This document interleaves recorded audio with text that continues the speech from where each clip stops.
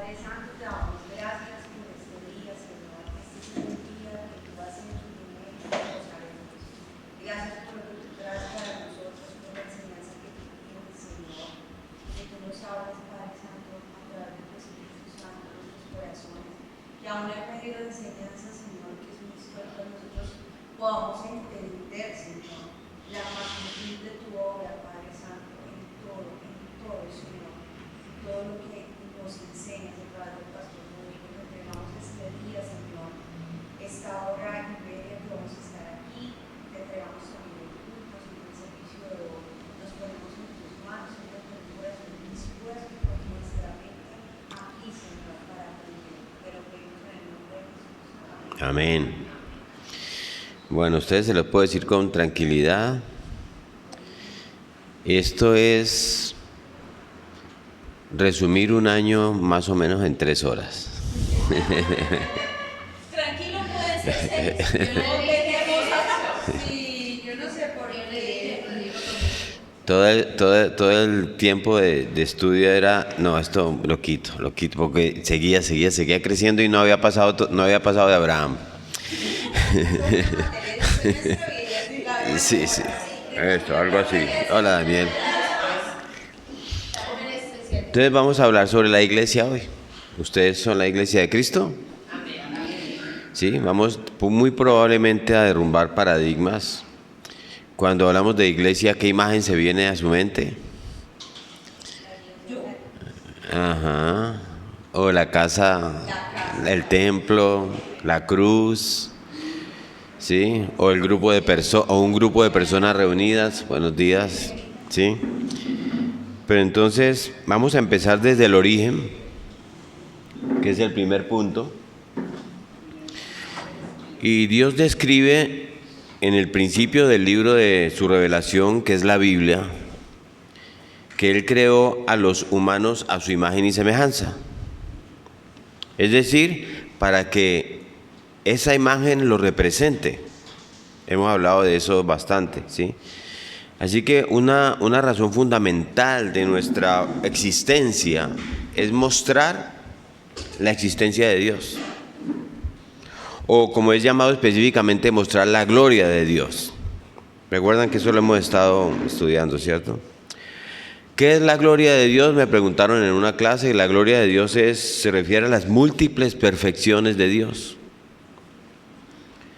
Fuimos hechos para reflejar, para exhibir, para transmitir sus múltiples, diversas y hermosas perfecciones.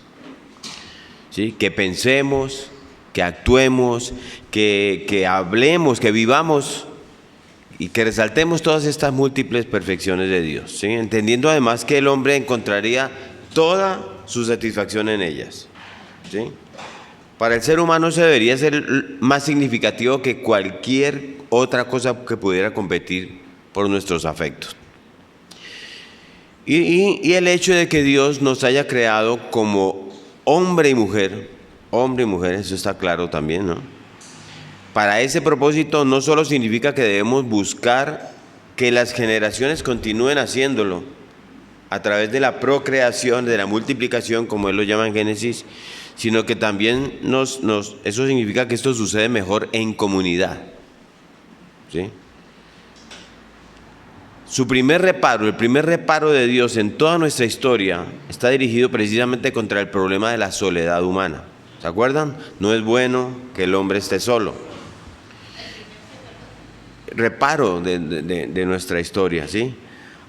Y aunque esto se refiere a la relación matrimonial, porque ahí está hablando Dios de eso, ¿sí? Igualmente implica el hecho de a quién vamos, o sea, ante quién vamos a glorificar a Dios, ¿sí? No podríamos hacer solos. Así que esta pequeña comunidad inicial que fue creada al principio, que se llamó hombre y mujer, que fue instruida a multiplicarse, es representativa de la comunidad donde la gloria de Dios es reflejada, todos sus atributos.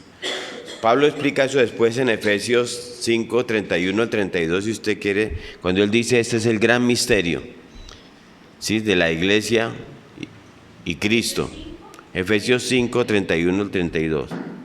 Y ese reflejo de la gloria de Dios se va a ir extendiendo desde esta comunidad hacia el mundo entero, ¿sí? Entonces, el principio, Dios comenzó todo eso con Adán y Eva en el jardín del Edén. Él los creó en comunión con Él, aunque se rebelaron contra Él y perdieron esa comunión, quedando en esclavitud toda la humanidad. Él no los rechazó, sino que prometió mandarles un Salvador, ¿sí? Como está escrito en Génesis 3:15. Más tarde, como hemos visto, Dios en su plan de salvación llamó a Abraham, que nos sacó de entre una familia de adoradores de la luna, ¿se acuerdan? Hizo un pacto con él, prometiendo ser su Dios, tanto para él como para toda su descendencia, ¿sí? Y por medio de él, ¿qué? Bendecir también a todas las familias de la tierra, dice Génesis 12:3.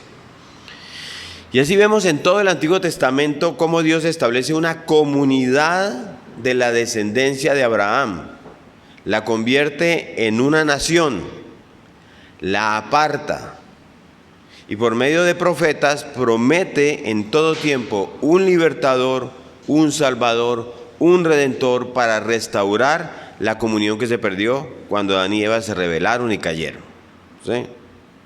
Esta fue la nación de Israel. Y el apóstol Pablo nos describe cuándo fue ese momento, cuándo fue el cumplimiento de esa promesa, ¿sí? En su carta a los Gálatas, si usted se va para la carta a los Gálatas, al capítulo 4.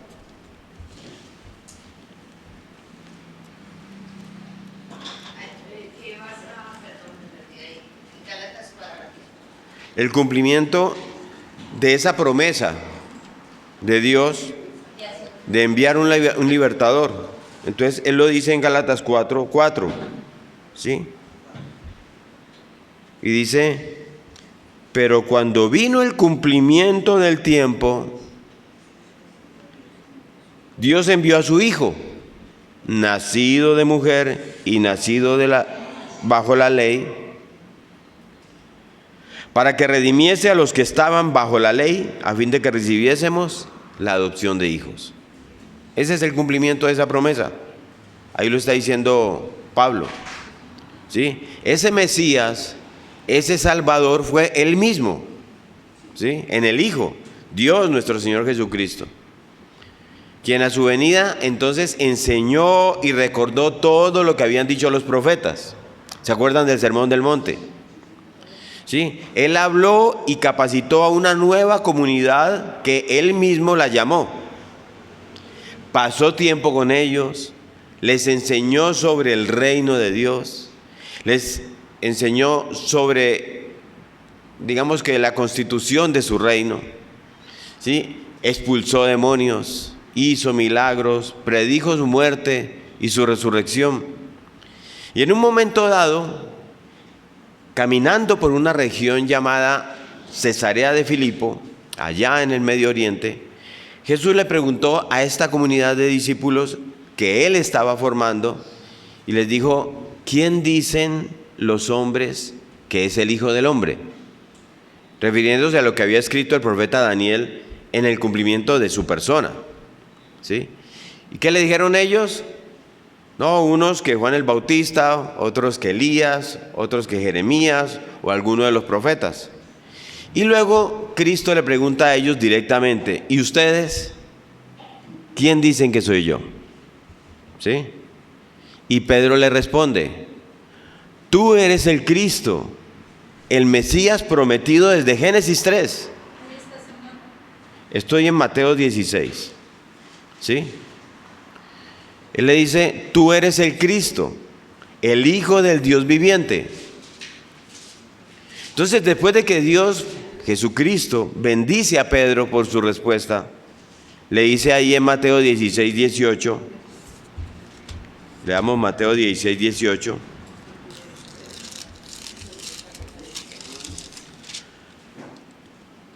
Y yo también te digo que tú eres Pedro, y sobre esta roca, es decir, sobre lo que acabas de declarar, que yo soy el Cristo, el Hijo del Dios viviente, sobre esa declaración, que no te la dio ni carne ni sangre, sino mi Padre que está en los cielos, sobre eso yo edificaré mi iglesia. Y luego dice, y las puertas del Hades no prevalecerán contra ella. ¿Están ahí, cierto? Las puertas del Hades se refiere nuestro Señor a cualquier mecanismo de defensa descrito como puertas allí por parte del infierno. Es decir, cuando Jesús dijo que las puertas del Hades no prevalecerán contra su iglesia, eso significa que la iglesia está llamada a ser un ejército ofensivo, atacando los bastiones del infierno. ¿Sí? Es la puerta del infierno la que no va a prevalecer contra la fuerza de la iglesia. ¿Sí se entiende claro ahí? No es la iglesia resistiendo al infierno, es el infierno tratando de resistir la fuerza de la iglesia. ¿Sí? Y no va a poder. Dice que Satanás no podrá soportar el poder que ha sido investido en la iglesia que Cristo ha establecido. A eso se refiere ese pasaje. ¿Está claro eso? Otra vez, Sí. No, o sea, sí está claro que no te... Ok, cuando Cristo dice, las puertas del infierno, un mecanismo de defensa que está establecido como puertas, no van a prevalecer contra la iglesia, es que la iglesia está llamada a ser un ejército ofensivo, ¿no? Que ataca al infierno. ¿Sí? Y la iglesia, y el infierno, las puertas, Satanás no va a soportar ese poder que ha sido investido en la iglesia que Cristo ha establecido. ¿Sí? Ese día que Él está con sus discípulos ahí conversando, a partir de ese momento, Cristo anunció la institución de su comunidad, llamándola iglesia. ¿Sí? Y le dio un significado profundo que está representado en esa palabra. La palabra dicha por Jesucristo ese día fue eclesía, ¿sí? Que es en griego. Esa es una palabra nueva. No hay más comunidades que lleven ese nombre, aunque hoy día se pueden inventar las que quieran. Eclesía con doble K, ¿sí? ¿Cómo es? E-K-K-Lesía, eclesía. Y esa es la única institución en la historia del mundo a la que Dios le ha dado una garantía absoluta de que en el análisis final prevalecerá. Esa iglesia es Iglesia, ¿sí? O sea, nadie dice, o Jesús no dice, las puertas del Hades no prevalecerán contra Naciones Unidas. Las puertas del Hades, no dice, las puertas del Hades no prevalecerán contra el Imperio Romano o contra los árabes. Todas esas instituciones vienen y van, pero la iglesia de Cristo prevalecerá. Eso es lo que está diciendo nuestro Señor ahí. ¿Sí? Ahora, ¿qué significa eclesía? Esa es una palabra griega compuesta por un prefijo o una raíz que es la palabra eka, que significa salir de. Y kaleo, otra vez con K, kaleo, por eso es doble K, eclesía, que significa llamar y tiene que ver con personas que son llamadas de un lugar a otro. Eclesía, ¿sí? De modo que eclesía es el grupo de personas que han sido llamadas a salir del mundo para Dios. ¿Sí? Etimológicamente hablando. el grupo de personas. Que han sido llamadas a salir del mundo para Dios. Esa es la iglesia. No es otra cosa. ¿Sí? Y Cristo la está anunciando ese día. Y después de morir en la cruz y resucitar al tercer día, Él vuelve y los reúne para anunciar su partida. Jesús sabe que ellos, sus discípulos, están sorprendidos, están desanimados, están temerosos, los están buscando, ¿sí? Las autoridades. Y Cristo les da una promesa que nos la describe Lucas en su Evangelio, en el capítulo 24, versículo 49. Vaya conmigo allí a Lucas 24, 49. Al final, capítulo. Y dice, he aquí, yo enviaré la promesa de mi Padre sobre vosotros. Pero quedaos vosotros en la ciudad de Jerusalén hasta que seáis investidos de poder desde lo alto. ¿Sí ven? O sea, iniciar la iglesia no era una tarea fácil.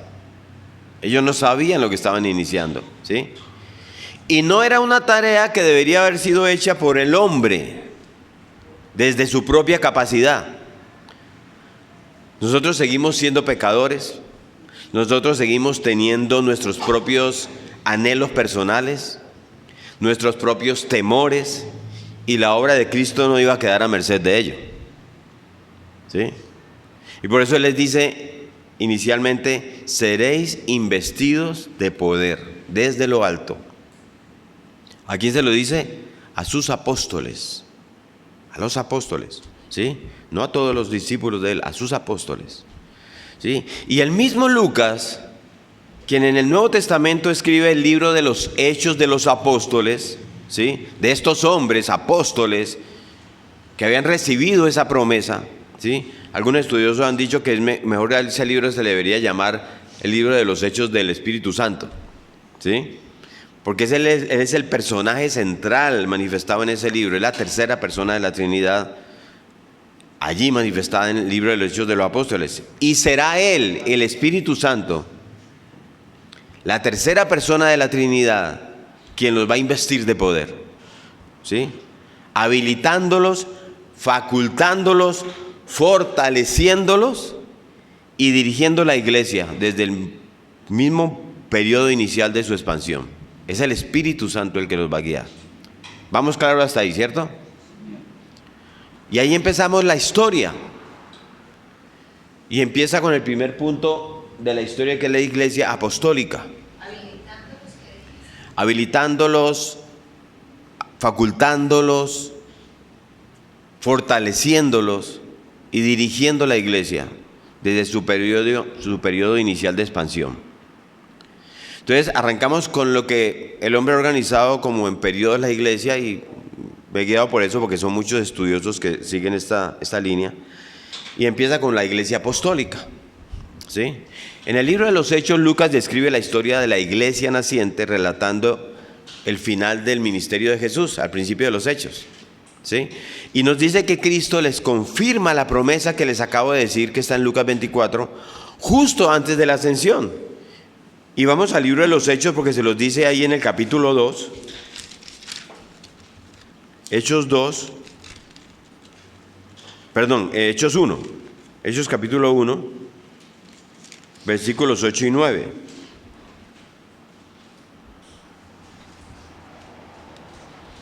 Y les dijo, bueno, vamos desde el 7. No os toca a vosotros saber los tiempos o las sazones que el Padre puso en su sola potestad. Pero, vuelve y les dice lo que les dijo en Lucas 24. Recibiréis poder cuando haya venido sobre vosotros el Espíritu Santo, y me seréis testigos. ¿En dónde? En Jerusalén, en toda Judea, en Samaria y hasta lo último de la tierra. ¿Se acuerdan cuando estudiamos el libro de los Hechos? Ese día en que la iglesia de Cristo, que Él mismo había anunciado, nace, está descrito en el siguiente capítulo, en Hechos capítulo 2, versículos 1 al 4, y se los voy a leer. Ustedes están ahí muy cerquita, entonces arrancamos ya. Hechos 2, del 1 al 4. Cuando llegó el día de Pentecostés, una fiesta judía, estaban todos unánimes juntos. ¿Se acuerdan? Cristo ya se ha ido, ellos están reunidos allá juntos orando. Y de repente vino del cielo un estruendo como de un viento recio que soplaba, el cual llenó toda la casa donde estaban sentados. Y se les aparecieron lenguas repartidas como de fuego, asentándose sobre cada uno de ellos. Y fueron todos llenos del Espíritu Santo y comenzaron a hablar en otras lenguas según el Espíritu les daba que hablasen. ¿Sí? Dios envió al Espíritu Santo el día de Pentecostés, y ese día Él forma la iglesia como el pueblo de Dios en el Nuevo Testamento. Ese día, ¿sí? Y el Espíritu Santo empoderó y guió a la verdad a sus discípulos para difundir el mensaje del Evangelio por todo el mundo. Ahora hay un solo pueblo de Dios, con raíces en el pacto abrahámico, ¿sí? Que es la iglesia de Cristo, un solo pueblo de Dios, que es la iglesia de Cristo, la comunidad del nuevo pacto desde el día de Pentecostés. Si a usted le preguntan cuál es el pueblo de Dios, ¿usted qué dice? Es la iglesia, ¿sí? Aunque todos los que se unen inicialmente a la iglesia ese día son judíos, ¿sí? Ahora piensen en Hechos. Recuerden Hechos 1:8, ¿no? Recibiréis poder y a Jerusalén, Judea, Samaria. Sí, recuerden eso. Todo comienza ¿dónde? En Jerusalén, ¿sí? Jerusalén es la ciudad principal de Judea, ¿sí? Que es toda la parte sur del Israel original. Hacia el norte está la región de Samaria. ¿Se acuerdan? Cuando estudiamos, el reino se divide, al sur queda Judea y al norte queda Israel, pero se le llama la región de Samaria. Entonces, lo que Jesús está haciendo es que Él ordena a la iglesia que se mueva básicamente como de un centro en círculos concéntricos, ¿sí? Que se vaya moviendo así. Y así el libro de los Hechos nos va mostrando cómo la naciente iglesia empieza en Jerusalén. Luego empezamos a escuchar que hay una expansión hacia Judea, que es toda la región donde Jerusalén es la capital principal, ¿sí? Después hasta Samaria, y finalmente la mayor parte del libro de los Hechos de los Apóstoles sigue los viajes misioneros de Pablo, quien luego está llevando el Evangelio a los gentiles, para que continúe hasta los confines de la tierra. Sí entendemos ese proceso, ¿cierto? Ahora, hubo una parte que no quise leer ahorita en Mateo 16.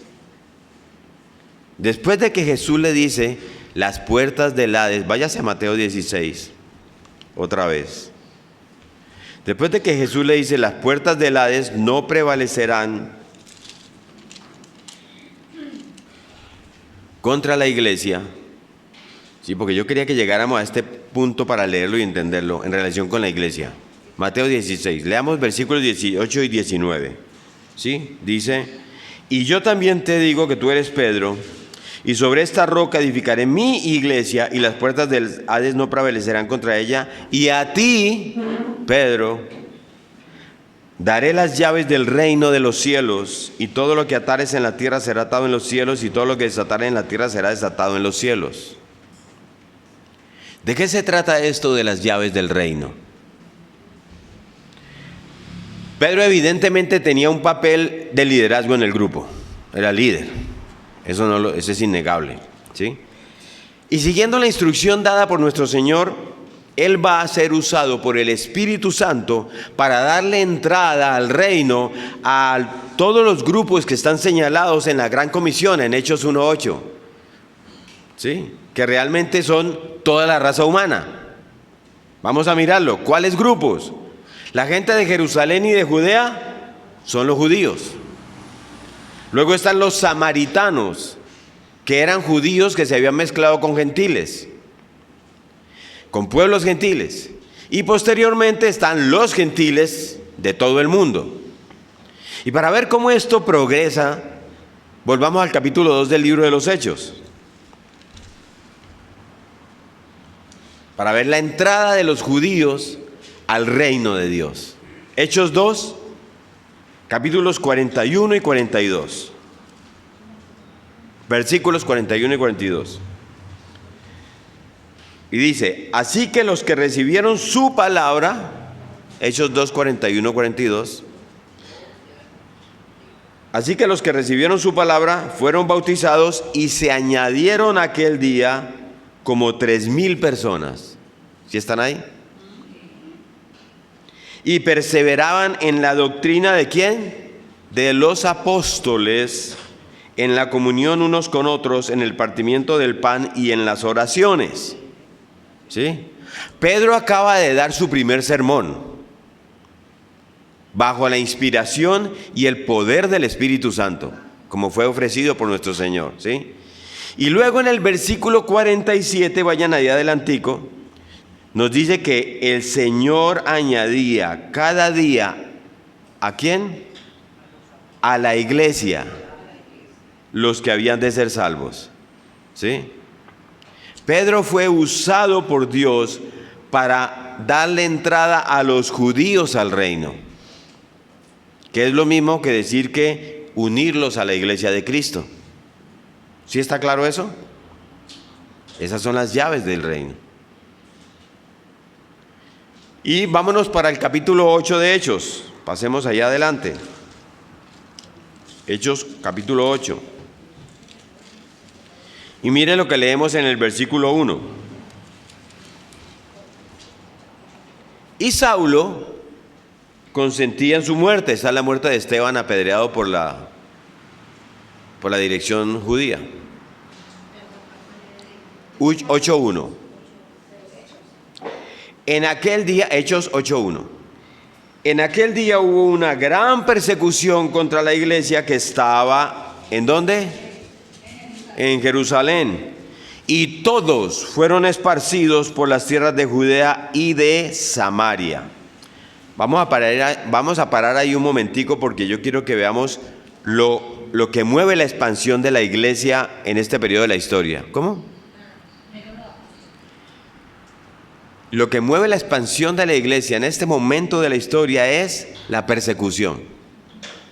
Esta no es la persecución que vendría más tarde a manos del Imperio Romano, sino es una persecución local que está ocurriendo allí en Jerusalén. Los están persiguiendo, empezando por Jesús. Ya lo crucificaron, ¿sí? Y la persecución se vuelve muy severa. Y uno de los principales perseguidores es este tipo Saulo de Tarso, que todos sabemos que posteriormente fue Pablo, ¿sí? Y como resultado de esta persecución, la iglesia original es dispersada, nos está diciendo Hechos 8, ¿sí? Muchos miembros son dispersados por toda Judea. ¿Qué dijo Jesús? Por Jerusalén, Judea y por Samaria, dice 8.1, ¿sí? Ahora, al final de Hechos 8.1 hay una declaración, lo voy a leer de nuevo. Ustedes lo vieron, pero se lo vuelvo a leer. Y todos fueron esparcidos por las tierras de Judea y de Samaria, salvo los apóstoles, ¿sí? Y entonces leemos después en el versículo 4, síganme allí en el versículo 4. Pero los que fueron esparcidos iban por todas partes anunciando el evangelio. ¿Sí? Una de las cosas que tenemos que entender sobre la iglesia es que realmente el sacerdocio es de todos, no es del pastor, no es del líder. ¿Sí? La iglesia funciona como comunidad. El evangelio que estaba siendo publicado hacia el exterior de Jerusalén, inicialmente no estaba siendo hecho por los apóstoles, ¿sí o no? ¿Sí ven ahí? Porque la iglesia funciona como cuerpo. La Biblia nos enseña que es el cuerpo de Cristo, que trabaja fortalecido por el Espíritu Santo, ¿sí? Y en medio de la persecución penetró al mundo. Y llegó a ser conocido como el pueblo que puso al mundo de cabeza, ¿sí? La iglesia de Cristo. Cada judío que se iba uniendo iba siendo usado por el Señor, ¿sí? ¿Por qué? Porque además de los apóstoles, se le dio a toda la iglesia, escúcheme bien esto, la responsabilidad de asegurarse que la misión y la comisión de Cristo se llevara a cabo por todo el mundo. A toda la iglesia. Ahí estamos todos. No a un grupo de evangelistas, no, ellos son los que tienen que hacer esa tarea. A toda la iglesia se le dio la responsabilidad de asegurarse que la misión y la comisión que Cristo les había dado se llevara a cabo en todo el mundo. Ahora, en este mismo capítulo, desde el versículo 5, si usted se ubica ahí, leemos el relato de Felipe, el único hombre llamado el evangelista en la Biblia, que dice que descendiendo a la ciudad de Samaria, les predicaba a Cristo. ¿Sí?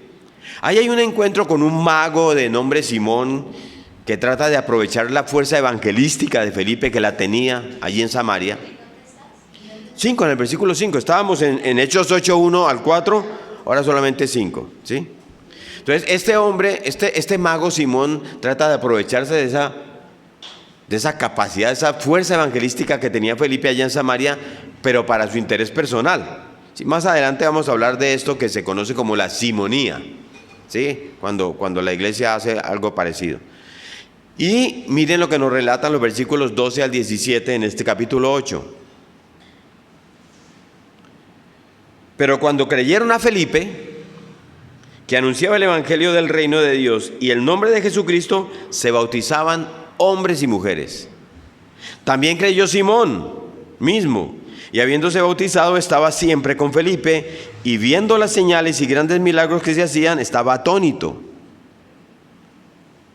Cuando los apóstoles que estaban en Jerusalén oyeron que Samaria había recibido la palabra de Dios, enviaron allá a Pedro y a Juan, los cuales, habiendo venido, oraron por ellos para que recibiesen el Espíritu Santo, porque aún no había descendido sobre ninguno de ellos, sino que solamente habían sido bautizados en el nombre de Jesús. Entonces les imponían las manos y recibían el Espíritu Santo. ¿Sí? Este es el evangelio el avance del evangelio en Samaria. Hechos 1:8. Ya Jerusalén, Judea, ahora Samaria. ¿Sí? Con los primeros convertidos a Cristo en esa región. Ahora, sabemos por los evangelios que había una hostilidad profundamente arraigada entre judíos y samaritanos, cuando Cristo enseña sobre el buen samaritano, ¿se acuerdan? Por eso no es de extrañar que se envíe una delegación allá para investigarlo. Los samaritanos están recibiendo la palabra de los judíos. Sí, es algo como esa pregunta. Y lo que pasa es que cuando los apóstoles van allá y ven que aún no habían recibido el don del Espíritu Santo, ¿qué hicieron estos apóstoles? Pues ellos dieron un paso atrás y dijeron: bueno, lo sentimos mucho con ustedes, samaritanos. La verdad, la medida completa del derramamiento del Espíritu Santo que nosotros recibimos en Jerusalén, allá en el día de Pentecostés, no es para ustedes. ¿Sí? Ustedes son samaritanos y ustedes pueden ser parte del reino de Dios, pero tienen que permanecer como ciudadanos de segunda clase. ¿Eso fue lo que dijeron? ¿Cierto que no? Claro que no. Jesús ya lo había dicho. Usted lo puede leer en Juan 6. Vaya un momentico a Juan 6. Ahí detrás del libro de los Hechos. Juan capítulo 6 del 37 al 40. Jesús lo advirtió. Juan 6, 37 al 40. Todo lo que el Padre me da vendrá a mí, y el que a mí viene no le echo fuera. Porque he descendido del cielo no para hacer mi voluntad, sino la voluntad del que me envió. Y esta es la voluntad del Padre, el que me envió, que todo lo que me diere no pierda yo nada, sino que lo resucite en el día postrero. ¿Sí? Eso lo dijo después de la multiplicación de los panes.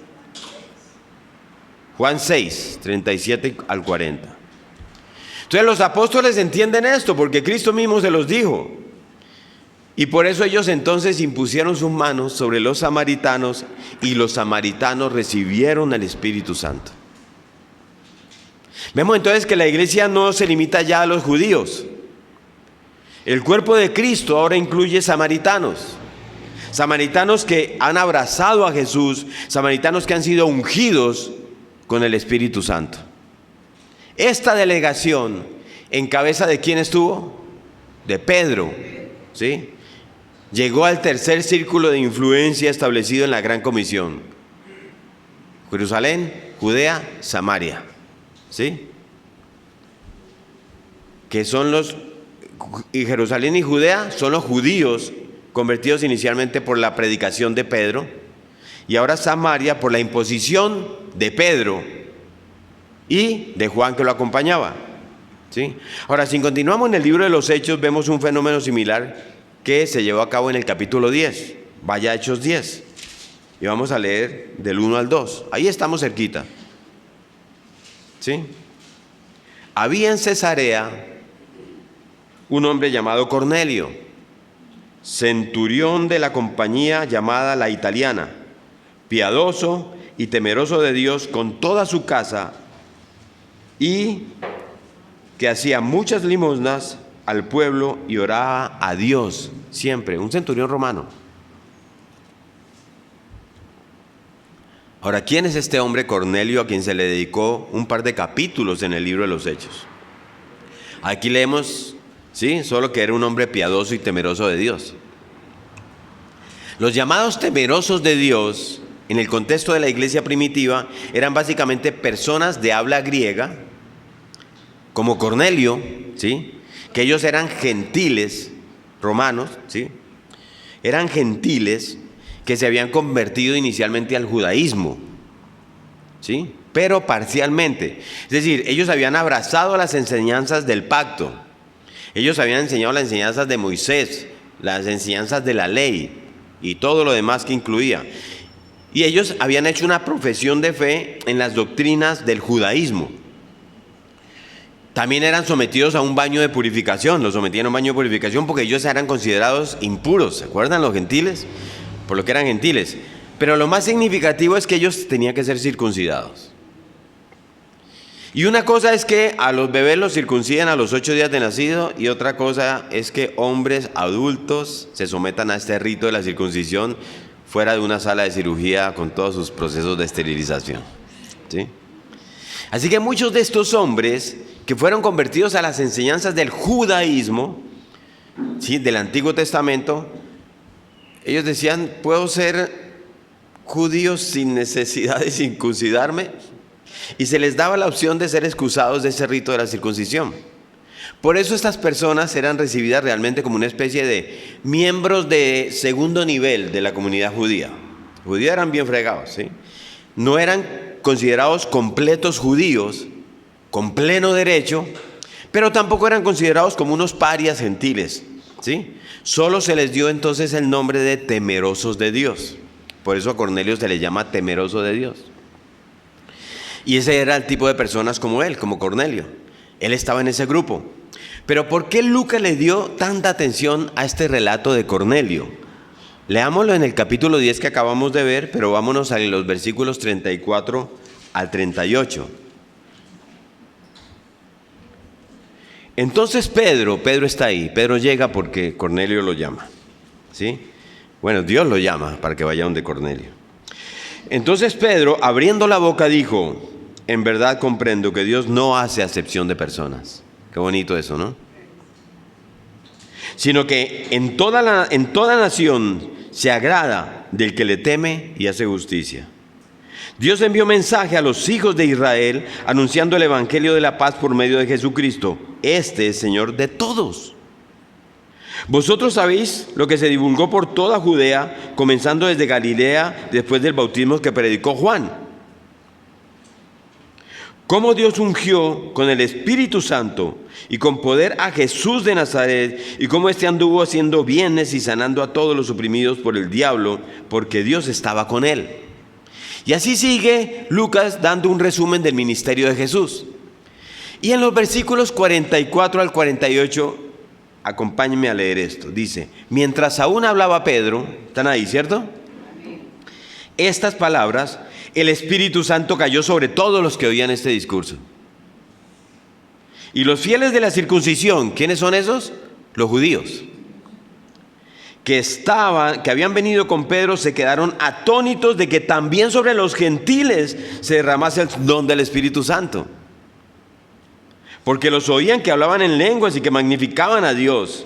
Entonces respondió Pedro: ¿puede acaso alguno impedir el agua para que no sean bautizados estos que han recibido el Espíritu Santo también como nosotros? Y mandó a bautizarles en el nombre del Señor Jesús. Entonces le rogaron que se quedara por unos días más. Hermoso este proceso, ¿sí? Entonces lo que tenemos registrado aquí es una especie de mini Pentecostés, ¿sí? Así como el Espíritu Santo cayó en el día del Pentecostés con los judíos, ¿sí? Después cayó en los creyentes de Samaria, los samaritanos. Ahora está cayendo sobre los gentiles, temerosos de Dios, en la casa de Cornelio, con toda su familia. Entonces vemos ahora que estos tres grupos son recibidos en la vida de la iglesia. ¿Sí me siguen ahí? Judíos, samaritanos y gentiles. Y a partir de allí, después de que Pedro usara las llaves de la predicación del evangelio para la entrada de todas las comunidades en las que se divide la raza humana, ¿sí? Lo que la Biblia divide la raza humana, se produce la gran expansión de la iglesia de un lado para otro por todo el mundo, ¿sí? Por el mundo de ese tiempo, Grecia, por todo el imperio romano, por Asia Menor, con los viajes de Pablo, de los viajes misioneros de Pablo.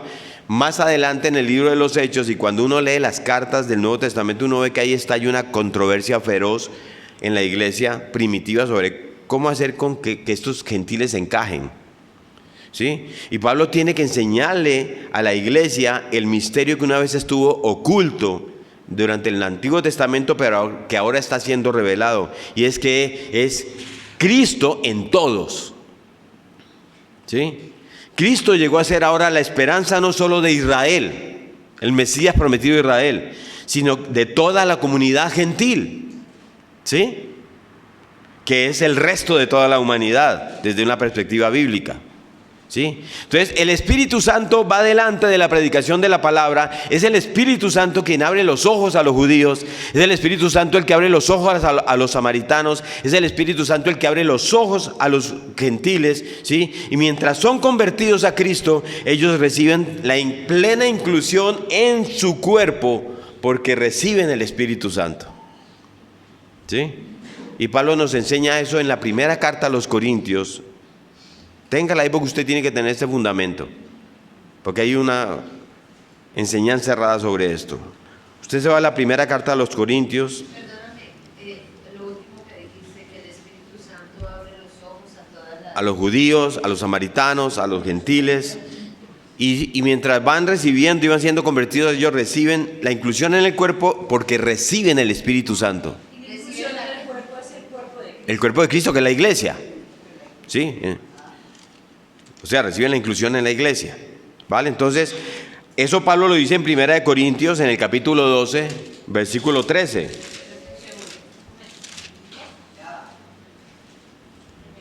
Primera de Corintios 12, 13. Hechos, Romanos y 1 Corintios, ¿sí? Dice, versículo 13. Porque por un solo espíritu fuimos todos bautizados en un cuerpo, sean judíos o griegos, sean esclavos o libres. Y a todos, dice Pablo, se nos dio a beber de un mismo espíritu. Ahí lo está aclarando Pablo, a todos. Es una enseñanza fundamental, principalmente en su tiempo a los judíos, porque ellos, los samaritanos también, los gentiles también, a todos, dice Pablo, ¿sí? Y la verdad es que en nuestros días tenemos la tendencia a tener una visión muy pobre de lo que sucedió en Pentecostés, ¿sí?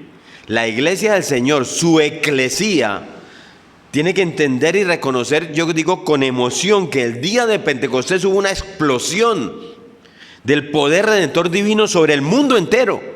Porque ahí arrancó la iglesia de Cristo, ¿sí?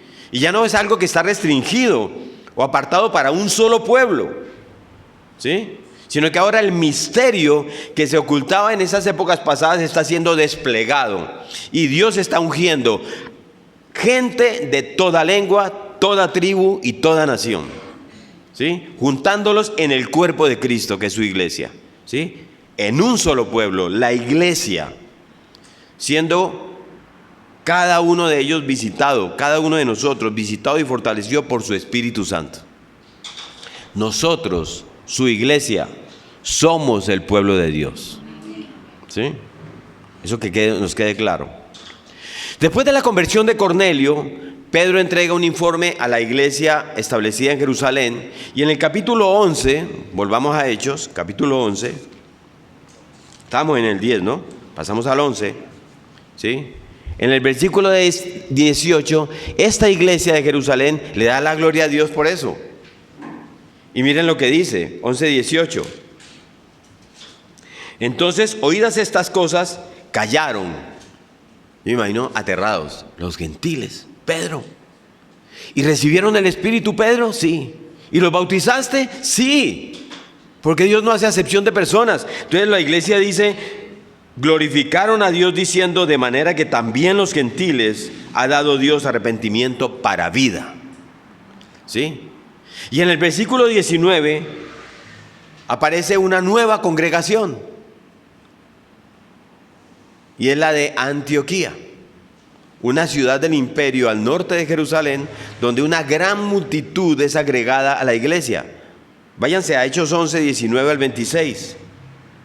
Ahí adelantico, estamos ahí.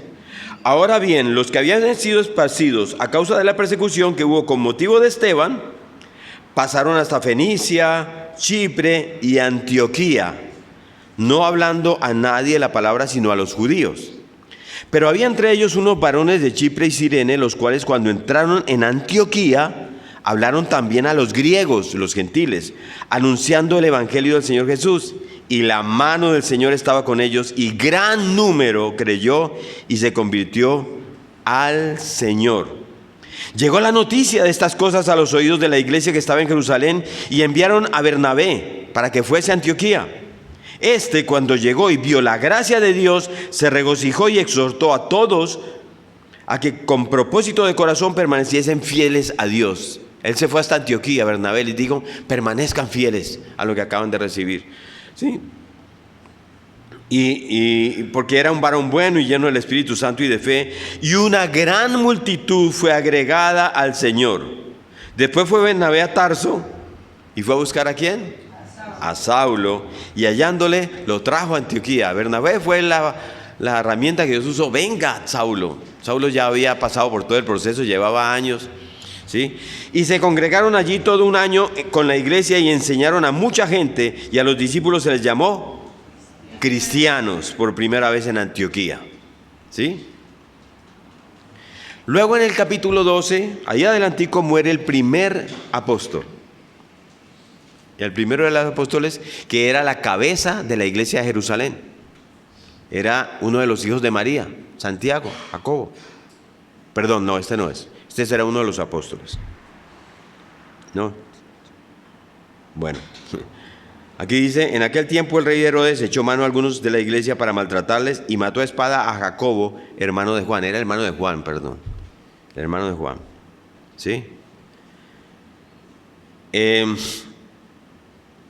Eso está en Hechos 12, del 1 al 2, ¿sí? Dice, y mató a espada a Jacobo, ¿sí? Tras su muerte, muchos cristianos se sumaron a una creciente oposición judía que estaba con el régimen, en contra del régimen romano, ¿sí? Había mucha tensión, las protestas de los judíos eran cada vez más violentas, ¿sí? Y en el año 66, los rebeldes judíos mataron al sumo sacerdote que se llamaba Ananías, que había sido perseguidor de Pablo, ¿sí? Pero que se había confabulado con los romanos. Entonces los judíos lo matan. Y la tierra de Judea empieza a sumirse en el caos, y muchas ciudades estallaron en enfrentamientos entre judíos y gentiles, judíos y romanos. Roma necesitaba afirmar su autoridad usando la fuerza. Los judíos querían su libertad del imperio romano. Ambos bandos se prepararon para la guerra, pero las fuerzas romanas fueron superiores y no tardaron en conquistar la mayor parte del territorio judío, dejando a Jerusalén, la ciudad santa, como el único foco de resistencia, ¿sí? Eso usted lo puede leer en Mateo 24, cuando Jesucristo le dice, cuando ustedes vean que salgan a los montes, ¿sí? Váyanse porque viene la desolación, ¿sí? Eso lo dice Cristo en Mateo 24. Los romanos arrasaron Jerusalén y arrasaron el templo. Y finalmente en el año 70, después de una revuelta iniciada por los judíos y la represalia de los romanos, estos últimos destruyeron todo Jerusalén, el templo, y mataron muchos. La mortandad fue impresionante. Eso lo escribe Flavio Josefo en uno de sus libros, ¿sí? Eso empezó en Flavio Josefo. Sí, eso empezó en el año 66 y duró 7 años, ¿sí? Fue un enfrentamiento brutal, está escrito en estos libros, pero más o menos unos 30 años antes de esos eventos, desde la ciudad de Antioquía, ya se habían iniciado los viajes misioneros de Pablo. El cristianismo entonces surgió de Jerusalén el día de Pentecostés, se expande, llega a Samaria, y en medio de esa expansión hacia los gentiles llega a Antioquía. ¿Me siguen ahí? Y de Antioquía salieron los viajes misioneros de Pablo. Desde ahí es de donde él arranca. El evangelio se empezó a expandir a todas las naciones de la tierra, como Cristo les dijo. Y se puede decir que comenzó en la parte oriental del Imperio Romano. ¿Alguien que me ayude a pasar una primera diapositiva que hay allí?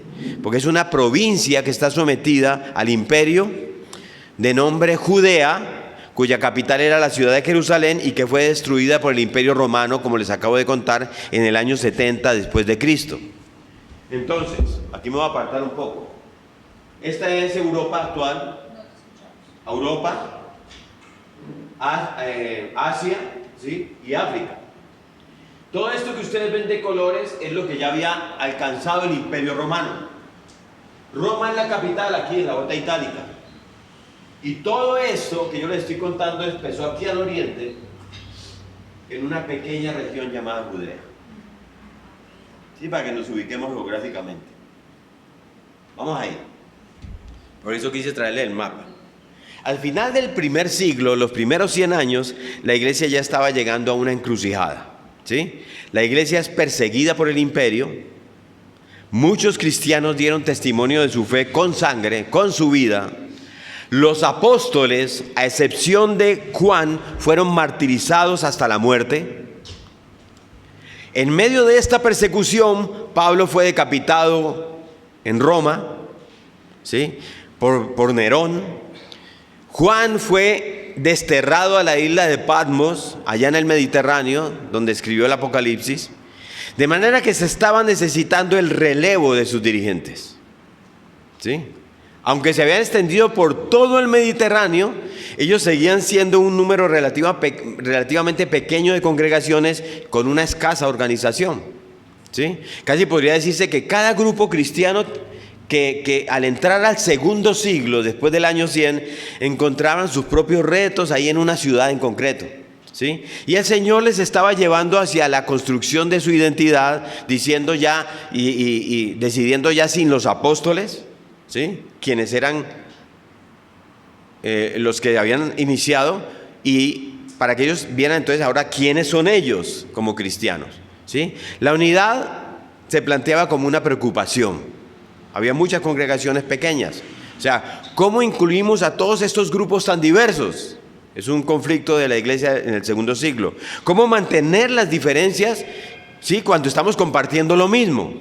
Entonces el futuro de la iglesia estaba, por así decirlo, en manos de una nueva generación, ¿sí? Que habían conocido a los apóstoles, incluido a Pablo, y habían aprendido de ellos, habían recibido instrucción de ellos. No sin el poder y la guía del Espíritu Santo. Él está ahí siempre, ¿sí? Pero requerían organizarse y proteger esa fe que estaban haciendo. Sin embargo, al igual de los apóstoles, a menudo sufrieron mucha persecución, ¿sí? Y cuando la generación de los apóstoles se extinguió, sus discípulos tomaron el relevo, ¿sí? Y aquí ya la base histórica es nuestro referente. Sí, y yo les voy a decir más adelante de dónde, sí. Pero estos hombres que toman el relevo han sido llamados los padres de la iglesia. ¿Sí? Fueron líderes que la Biblia define como obispos. Ellos aparecen aún en el Nuevo Testamento.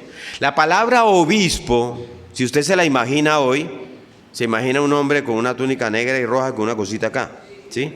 La palabra obispo en el Nuevo Testamento es una traducción de la palabra griega episcopos, ¿sí? que es una palabra que también se traduce como anciano, como pastor o como supervisor. ¿Sí? Todas estas palabras se refieren a la misma función del líder de la iglesia local.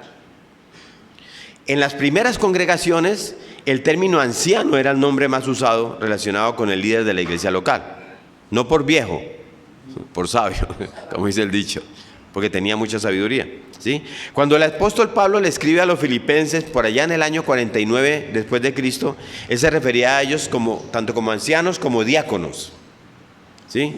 Estos hombres escribieron tratados teológicos de enseñanzas recibidas de los apóstoles directamente.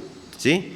En su mayoría todos van del siglo I al siglo VIII, y en su conjunto de doctrinas es considerado testimonio de la fe y la ortodoxia en el cristianismo, o sea, la derecha en el cristianismo.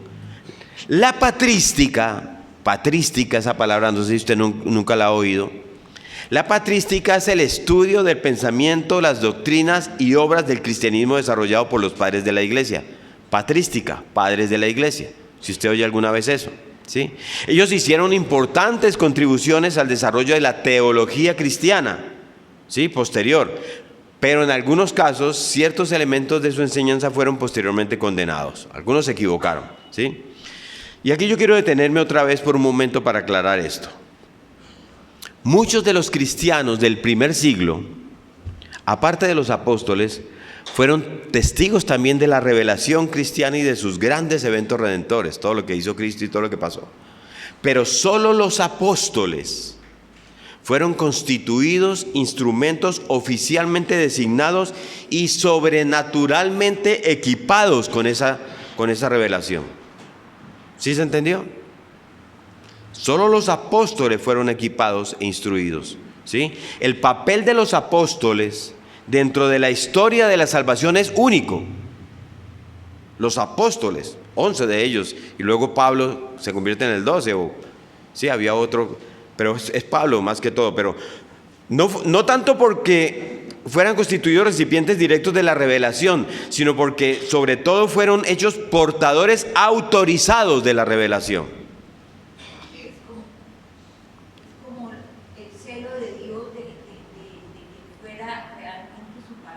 Sí, y guardar la enseñanza de quienes la recibieron directamente, ¿sí? A ellos quiso sujetar Cristo su iglesia para siempre, a ellos, ¿sí? A los apóstoles, ellos son los instrumentos del mensaje de Cristo para la iglesia. Sobre ellos el Señor estableció su iglesia y sobre ellos sigue edificándola. Sobre esos apóstoles, Pablo lo establece claramente en su carta a los Efesios. ¿Dónde dice eso? Vaya usted a la carta a los Efesios, ¿sí? En el capítulo 2.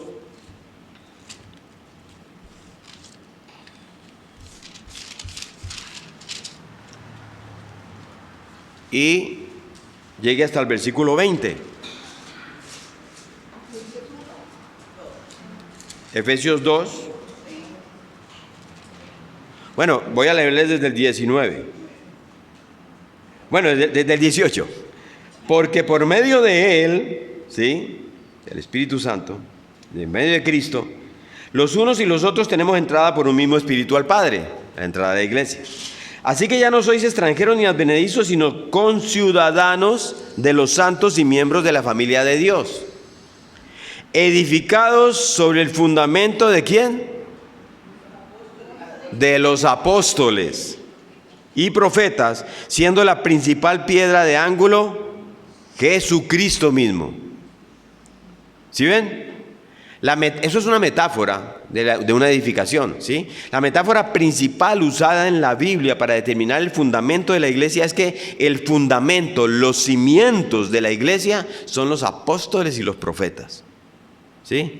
Ese es el fundamento de la iglesia, con Cristo siendo la piedra principal, la piedra angular. Y luego el resto de la iglesia se compone de piedras individuales, ¿sí? ¿Y quiénes son esas piedras? Nosotros. Esa es la iglesia. Pero la piedra angular, el fundamento de los fundamentos de la iglesia, es Cristo y solo Cristo. ¿Sí? Eso fue lo que declaró Pedro en Mateo 16. Cuando él le dijo, ¿quién dicen ustedes que soy yo? Eso fue lo que le declaró Pedro. Este error de considerar a Pedro como la piedra sobre la cual se fundamenta la iglesia, él mismo, yo creo que sabiendo que se iba a cometer ese error, lo aclara en su primera carta. ¿Sí? Y usted vaya a la primera carta, en el capítulo 2 de la primera carta de Pedro. Primera carta de Pedro, capítulo 2. Y en el versículo 4 al 9, él lo dice.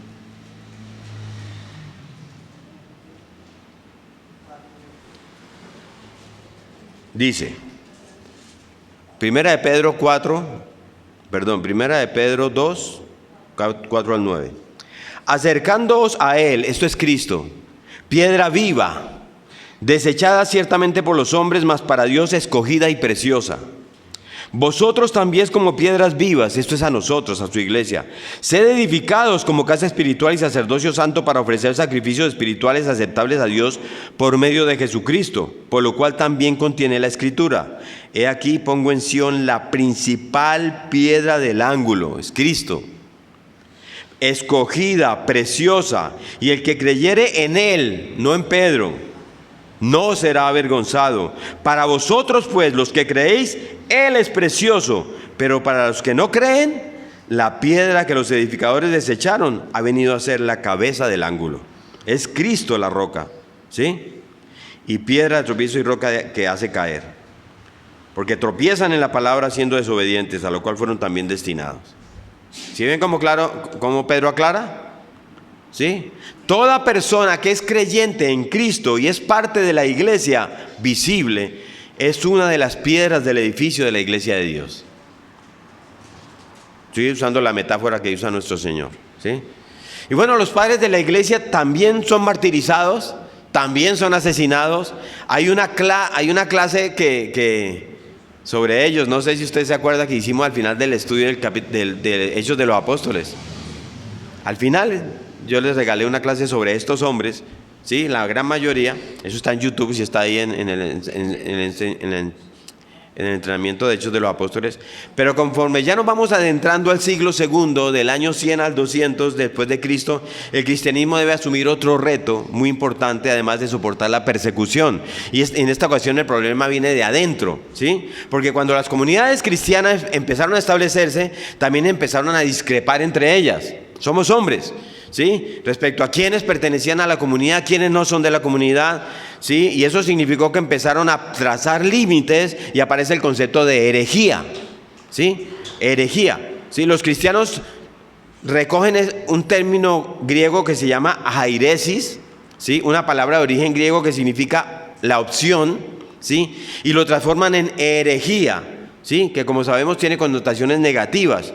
Significa que eso es una creencia negativa, que eso es una opción, sí, pero negativa. Es un error, es una rebelión elegida contra un orden particular, ¿sí? Entonces surgen muchas herejías, no las vamos a hablar ahorita porque nos quedaríamos, esto es lo que les decía al principio, un año resumido en 2-3 horas, ¿sí? Pero la expansión de la nueva fe fue lenta, fue desigual al final del siglo II. Casi 300 años después de la muerte de Cristo, el Imperio Romano seguía siendo básicamente pagano, ¿sí? Es un imperio de unos 60 millones de personas y la comunidad cristiana representaba tal vez el 10% nomás, pero ya eran 6 millones, ¿sí? Y la mayoría vivían más bien en ciudades que en zonas rurales. Y eran comerciantes, así como usted y yo, eran artesanos, muchos eran mujeres, ¿sí? Además la iglesia variaba mucho de una región a otra en términos generales, se extendió por Asia Menor, se fue para Siria, Grecia, Egipto, al norte del África, también por Italia, y se fue más lentamente hacia las Galias, que es Francia, hacia Britania, que es Inglaterra, y hacia Hispania, que es España, hacia hasta allá fue llegando, ¿sí? Para este tiempo, ¿sí? A principios del siglo III ya, la fe cristiana estaba a punto de sufrir la mayor persecución conocida hasta la fecha en la historia de la iglesia, ¿sí? Porque el cristianismo, con su base ya más sólida, empezó a extenderse mucho y mucho más, y eso hizo que su culto se ganara la atención del Imperio Romano. Ya son muchos, ¿sí? Y empezaron a verlos como una auténtica amenaza a su autoridad y a la autoridad del César. Y finalmente Roma levanta pues su espada afilada para aniquilarlos. Roma, temiendo esa continua expansión de la nueva fe, puso todo su empeño en frenar esa fe, ¿sí? Esta nueva religión que fue llamando la atención del Imperio Romano poco a poco. Pero cuando quiso reaccionar, ya era demasiado tarde para impedir el triunfo del cristianismo, ¿sí? Aunque en el siglo II fue la población, no el imperio, el que perseguía a los cristianos. Eran los mismos romanos, ¿sí? O sea, no había un decreto imperial. Era la propia comunidad local que atacaba a los cristianos porque tenían miedo cómo se iban propagando, ¿sí? Así que el número cada vez mayor de cristianos y el peligro que representaba para la religión tradicional del Imperio Romano fueron los detonantes de la más brutal de todos los ataques del imperio contra la iglesia, del Imperio Romano, ¿sí? La gran persecución emprendida por un emperador de nombre Diocleciano Sucedió entre los años 303 y 311. Fue muy cruel. Fue muy cruel. Mataron muchos cristianos, arrasaron sus sitios de culto, destruyeron sus Biblias, sus cartas, mataban mujeres, hombres, niños. Fue muy cruel, ¿sí? Pero con todo y eso fracasó, ¿sí? Y una de las razones por la que fracasó fue porque ya muchos paganos para ese tiempo ya no veían entonces amenaza alguna en los cristianos. ¿Por qué? Porque estos formaban parte de la comunidad, era con quienes yo hacía negocios, con quienes yo conversaba, ¿sí? Y eran una parte útil y afectuosa incluso en los círculos sociales, ¿sí? Entonces la misma comunidad local empezó a ver la brutalidad de esto y eso fue fracasando el ataque de Diocleciano, ¿sí? Y se sigue expandiendo la iglesia hasta el siglo IV, la palabra de Dios se difundía, avanzaba a pesar de la persecución, y resulta que en el año 306, cuando la persecución aún estaba en su apogeo, una nueva figura comenzó su ascenso al poder en el Imperio Romano, que se llamaba Constantino, ¿sí? Quien fue el emperador que derrocó a una tetrarquía que reinaba, y aquí empieza la iglesia imperial. Ya pasamos, devuélvete un poquito y vuelve otra vez.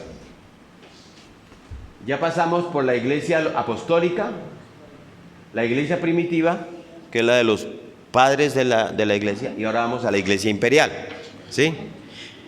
El imperio romano de ese tiempo estaba gobernado por tres emperadores, ¿sí? Era una tetrarquía, ¿sí?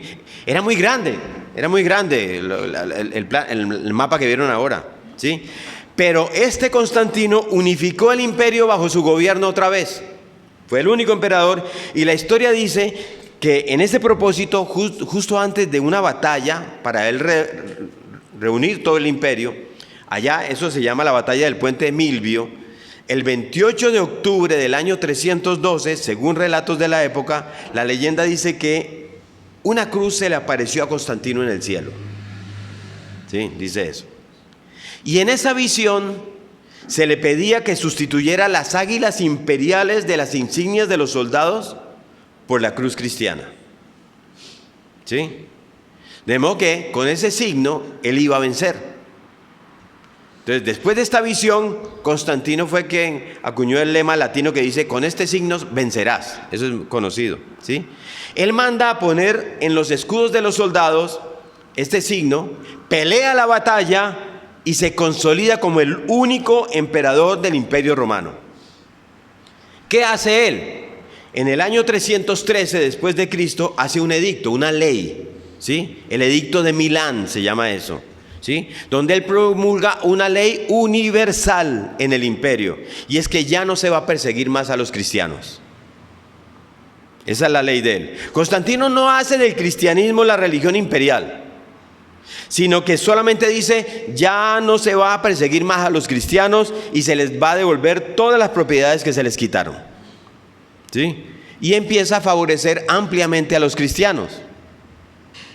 Incluso cuando él oyó que había una controversia de doctrina, de las que le hablaba ahorita, habían dificultades entre unos grupos y otros, él fue el que convocó a un concilio. Concilio es conciliar, ¿sí? Al concilio de Nicea, es muy conocido en la historia de la iglesia, donde se enfatizó qué es lo que la Biblia dice sobre la divinidad de Cristo, sobre su relación con el Padre y sobre la naturaleza de la Trinidad. Había controversias, y él llama y mandó a llamar a 318 obispos o pastores de todas las iglesias del imperio.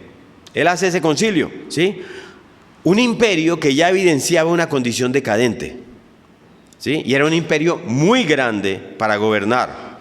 Así que Constantino decidió establecer una nueva capital, ya no Roma, entendiendo que la infraestructura de la ciudad de Roma ya era decadente. ¿Me siguen ahí en la historia, cierto?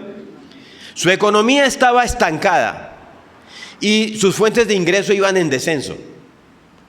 Así que en el año 313 después de Cristo, él cambia la capital del imperio a una ciudad que se llamaba Bizancio, al oriente del imperio otra vez, en Asia, y le cambia el nombre de Bizancio por Constantinopla. ¿Usted ha oído de Constantinopla?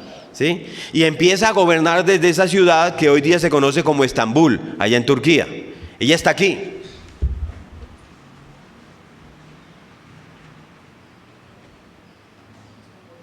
Otra vez al oriente, aquí está. Roma está aquí y él se va para acá, a este lugar. Y a Bizancio le cambia el nombre por... Déjalo ahí, Rey. Lo cambia por Constantinopla, ¿sí? Ahí está Estambul, en este momento está Estambul, la ciudad de Estambul, allá en Turquía. Esto genera conflictos en el Imperio Romano. Roma prácticamente se divide en dos, ¿sí?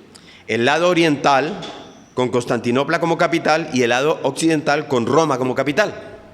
Hay una línea que ustedes pueden ver imaginaria aquí por la bota itálica, ¿sí? Y todo este oriente es manejado por Constantinopla y todo el occidente por Roma, ¿sí? Pero Roma, hay guerras civiles entre esas dos partes buscando la supremacía y la ausencia de poder en Roma, porque Roma queda así, en el lado occidental, hace que el obispo de Roma empiece a ganar mucho poder, ¿sí? Más tarde, en el año 380 después de Cristo, un nuevo emperador, Teodosio I, no sé si es primero, pero usted que es Teodosio, creo que es Teodosio el Grande, convierte al cristianismo, ahora sí, en la religión oficial del Imperio Romano. ¿Sí? Teodosio viene de España, era un general que estaba en la Hispania, allá, y en medio de sus guerras y sus conflictos, él cobra mucho nombre, y entonces él es llamado, ¿sí?, a Constantinopla, y desde allá él declara y convierte al cristianismo en la religión oficial del Imperio Romano, en un edicto que se llama el Edicto de Tesalónica, allá en la ciudad de Tesalónica. Fue este hombre, emperador de Roma, el que estableció que el cristianismo iba a ser la religión de todos, refiriéndose a todo el imperio. Pero eso, más que una solución a los problemas de la iglesia, realmente fue un gran desastre para la iglesia. ¿Por qué? Porque si bien el cristianismo había tenido la libertad que muchos deseaban con el edicto de Milán de Constantino, ¿sí?, este nuevo edicto de Teodosio, también ya llamado Teodosio el Grande, traería un gran traspiés a la iglesia de esa época y de allí en adelante. Porque él estableció el cristianismo a la fuerza. Un cristianismo antibíblico. Antibíblico porque usó la fuerza coercitiva del Estado, de su imperio, para cometer grandes masacres a nombre de Jesucristo. Bajo su imperio se establecieron decretos para acabar por la fuerza al paganismo, por la fuerza, ¿sí? Entonces templos paganos fueron arrasados por turbas de cristianos. Y hubo mucho derramamiento de sangre por parte de la iglesia. Teodosio ignoró por completo que la fe en Cristo es una fe libre. Era una fe que, si bien actúa únicamente bajo la influencia del Espíritu Santo, esta no era ni debería ser obligatoria. ¿Sí me siguen? Sí. Y haciendo caso omiso de esta verdad bíblica, este emperador estableció decretos donde la membresía de la iglesia cristiana era forzosa. Entonces, ¿qué pasó? Todos los templos cristianos en ese entonces se llenaron de personas no regeneradas, ¿cierto? Se llenaron de personas que solo iban a la iglesia por un decreto imperial. Llenan las iglesias de gente no cristiana, que por decreto del emperador les tocaba ser cristianos, ¿sí? Desechando esa verdad fundamental de la Biblia que enseñó nuestro Señor y que enseñaron los apóstoles, y que establece que la conversión en Cristo es voluntaria.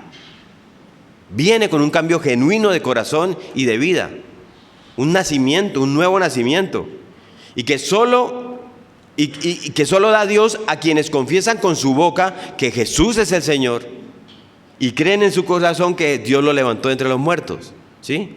Entonces, sin duda alguna, a pesar de que la historia y muchos cristianos consideran esto como un hecho valioso para la iglesia, lo que sucedió no fue así de valioso, ¿sí?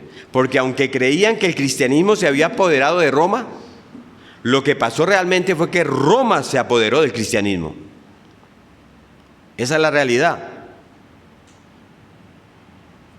Después de esto, de Teodosio en adelante, se inicia el horrible periodo llamado el oscurantismo, en la Edad Media, que vamos a ver más adelante, donde la iglesia se adueñó del poder y cometió detestables actos de corrupción.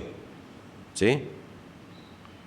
Aquí es donde mucha gente, por conveniencia, por el imperio, empieza a hacerse cristiana. ¿Sí?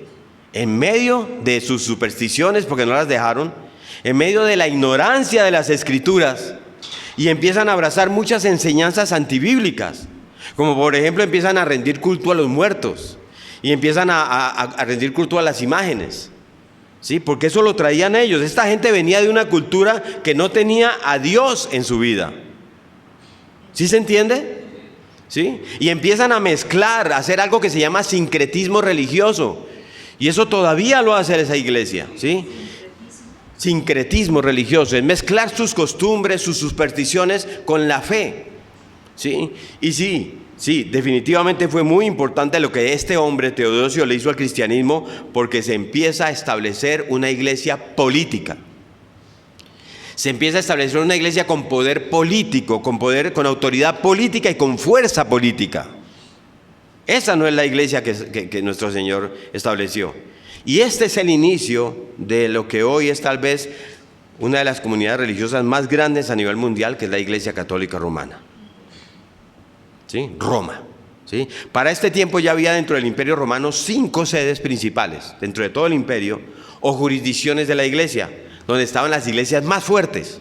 ¿Sí? Dice el historiador de la época, Eusebio, considerado como el padre de la historia de la iglesia, porque sus escritos están entre los primeros relatos de la historia del cristianismo de esa época, que esas iglesias tenían mucha influencia sobre todas las aldeas alrededor y sobre otras iglesias más pequeñas. Y estas fueron la iglesia de Roma. Pásame el siguiente.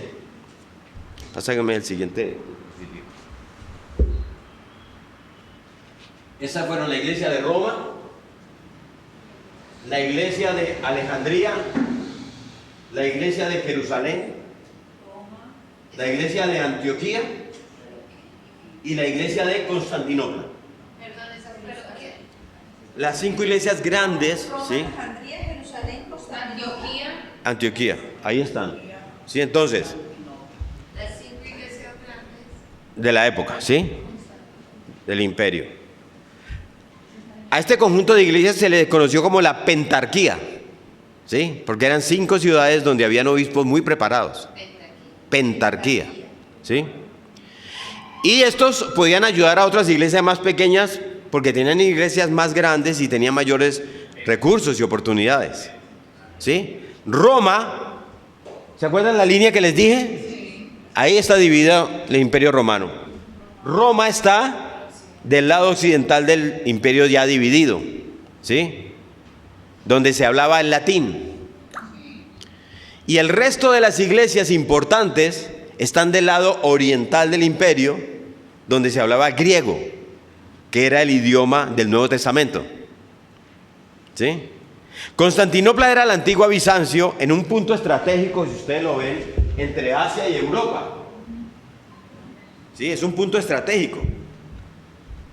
Antioquía, que está ahí al norte de Jerusalén, Antioquía, allí, eso es Siria, donde se les llamó a los cristianos por primera vez cristianos. ¿Sí? Jerusalén, la ciudad santa donde todo se inició, y Alejandría, ahí en el norte de Egipto. ¿Se acuerdan la Septuaginta? Sí. Eso fue ahí en Alejandría, ¿sí? Si ustedes se fijan bien, solo una iglesia importante estaba del lado occidental del imperio, ¿sí? Donde antes había estado la ciudad más importante del mundo, Roma, ¿sí? Donde se produce todo este sincretismo religioso. Y lo que sucede con eso es que la iglesia, con este sincretismo, se aparta de la palabra de Dios y empieza a abrazar tradiciones humanas y empieza a desviarse de la verdad. Jesús dijo eso y está escrito en Marcos, en el capítulo 7, Evangelio de Marcos, capítulo 7, del 6 al 9.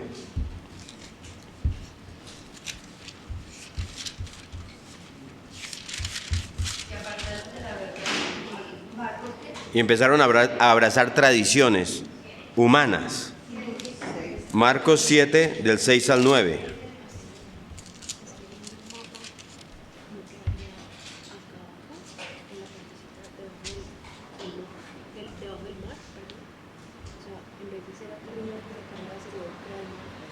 Están entre en el Lago Negro y el Lago...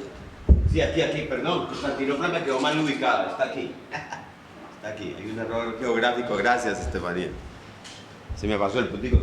No, la diferencia es entre aquí y acá. Está aquí en este estrecho de Bósforo. Sí, lo puse mal. Gracias. ¿Sí?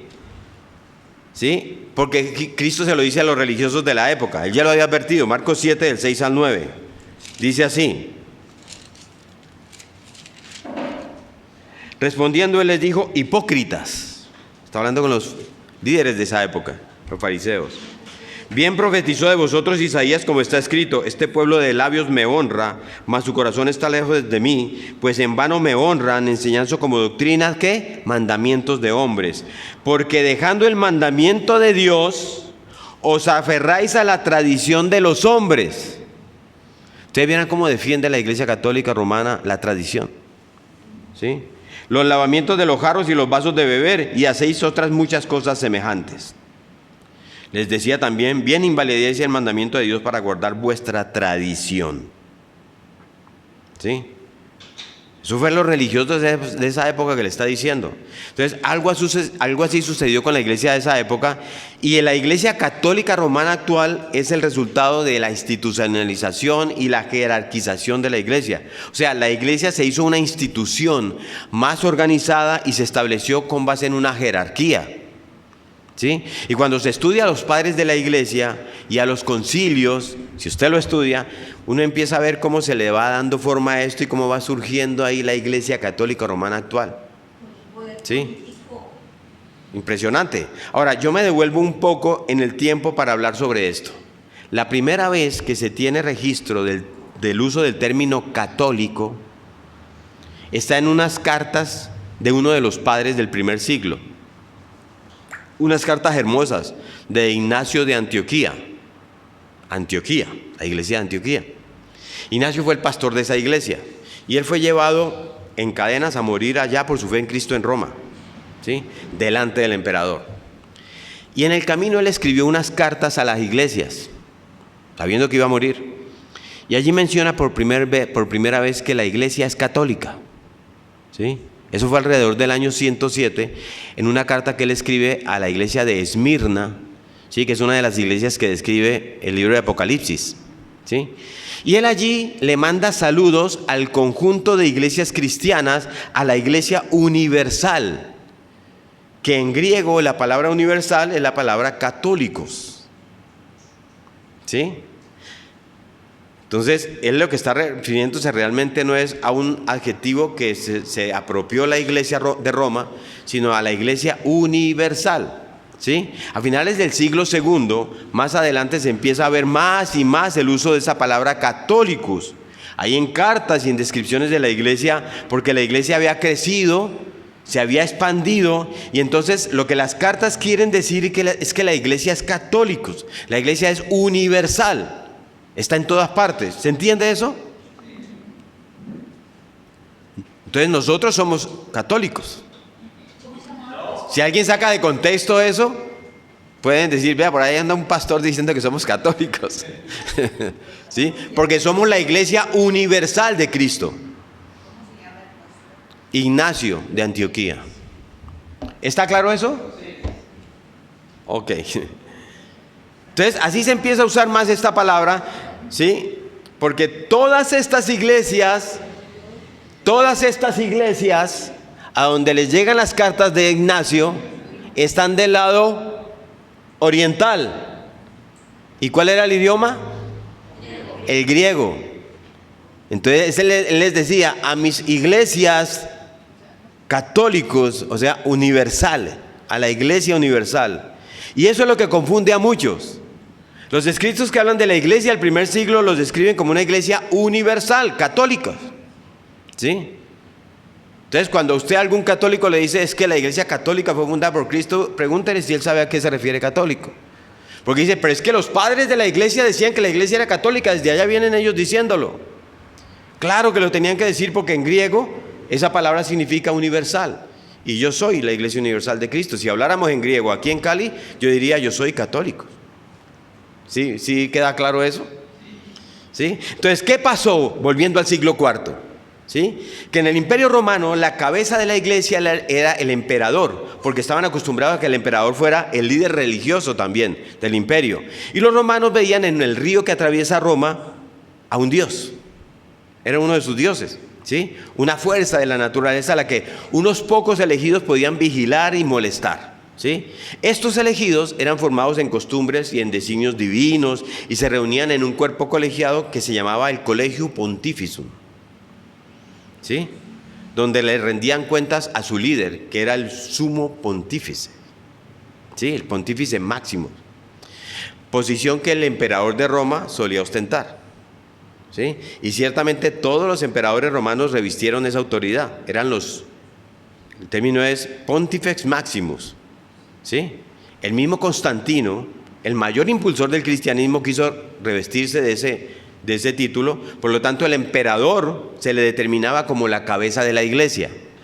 En el occidente quedó el obispo de Roma como cabeza de la iglesia, y eso es lo que se va a convertir después en lo que ahora conocemos como el papado, ¿sí? O el papa, ¿sí? A quien se le llamó también sumo pontífice, ¿sí? Es interesante, escuchen esto, es parte de la historia.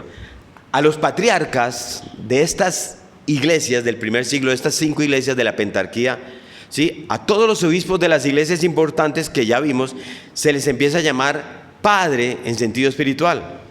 Aunque Cristo había advertido, no llamen padre a nadie en la tierra. Pero en Roma, en Antioquía, en Jerusalén, en Constantinopla y en Alejandría, las personas les tomaban cariño, y yo creo que aquí pasa también, ¿sí? Y los empiezan a llamar así, padre, él es mi padre espiritual, ¿sí? Padre en latín, el idioma de Roma, la única iglesia importante del lado occidental, ¿cómo se pronuncia? Papa, ¿sí? Y se empezó a usar también este término poco a poco en la historia de la iglesia para sumo pontífice. Ahora, la pérdida de autoridad sobre todo este vasto territorio que está ahí, ¿sí?